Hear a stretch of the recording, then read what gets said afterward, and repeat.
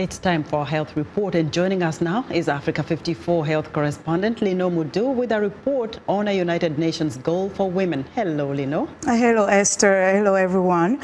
The UN Sustainable Development Goals calls for an end to female genital mutilation by 2030 and a Goal 5 on gender equality. The UN says FGM is a universal problem, although primarily concentrated in 30 African and Middle Eastern countries. It's also practiced in some countries in Asia and Latin America.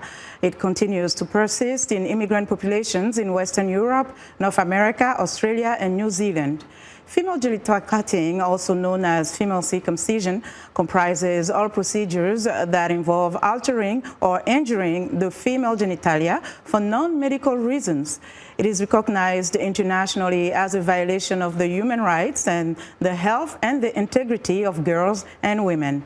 According to the UN worldwide estimates, at least 200 million girls and women alive today have undergone some form of female genital cutting.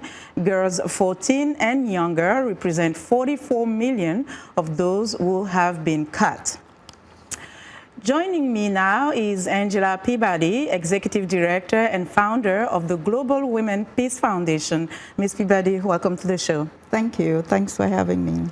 Conversations around FGM as well as initiatives to end the practice have been ongoing for years. You've been involved for many years as well. Even the UN has included it in the Sustainable Development Goals. How far have we come? What is your assessment?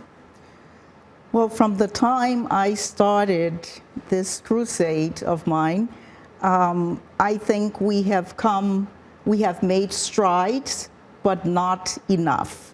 We still have a long way to go. And it's mainly because female genital cutting or mutilation is something that is regarded as traditional and culture. And so when you tell people who believe in their culture and traditions, they need to stop that, they're not going to welcome that. So absolutely, yes. Because when you touch people's culture, it becomes a problem. So what is the alternative? How do you convince them to stop or to move to a different way of doing things, if you will? From my experience, it's lots of education, lots of information, convincing them that it's okay. We believe in culture. We believe we uphold our traditions. But when traditions harm little girls and women, then it's something you need to reconsider.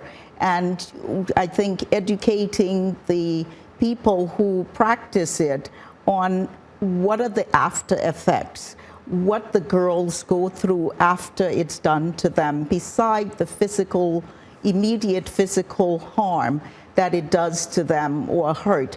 There's also the lifelong psychological pain. Those scars never leave them psychologically.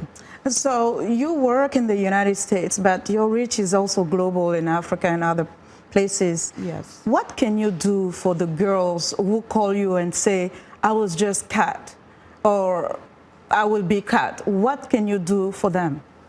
Well, girls that come to us, we have more girls that come to us, or young women that come to us and said, it happened to me when I was this age. Okay. But the few that have come and said, I'm going to be cut, it's very, very few. It's very rare that they go in because they are terrified.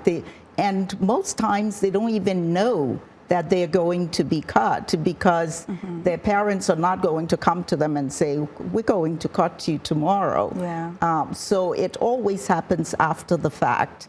And so what we are doing is trying to prevent it from happening to those girls. By doing what? By educating. Okay. By educating the parents, the communities, and making sure that everybody gets involved.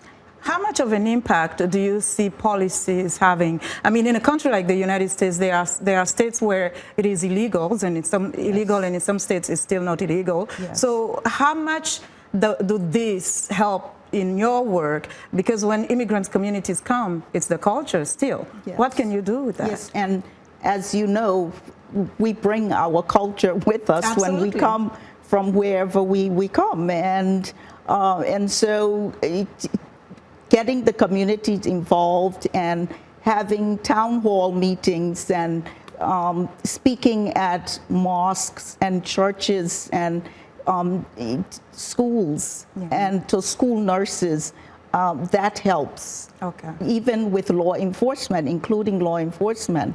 So an integrated approach. Yes. Angela Peabody, we have to leave it there. Thank you so much for joining us today. Thank you. And that was Angela Peabody. She's Executive Director and founder of the Global Women Peace Foundation.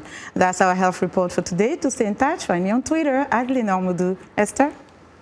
Thanks, Lenore. Be sure to watch Lenore Mudu's health reports each Tuesday right here on Africa 54.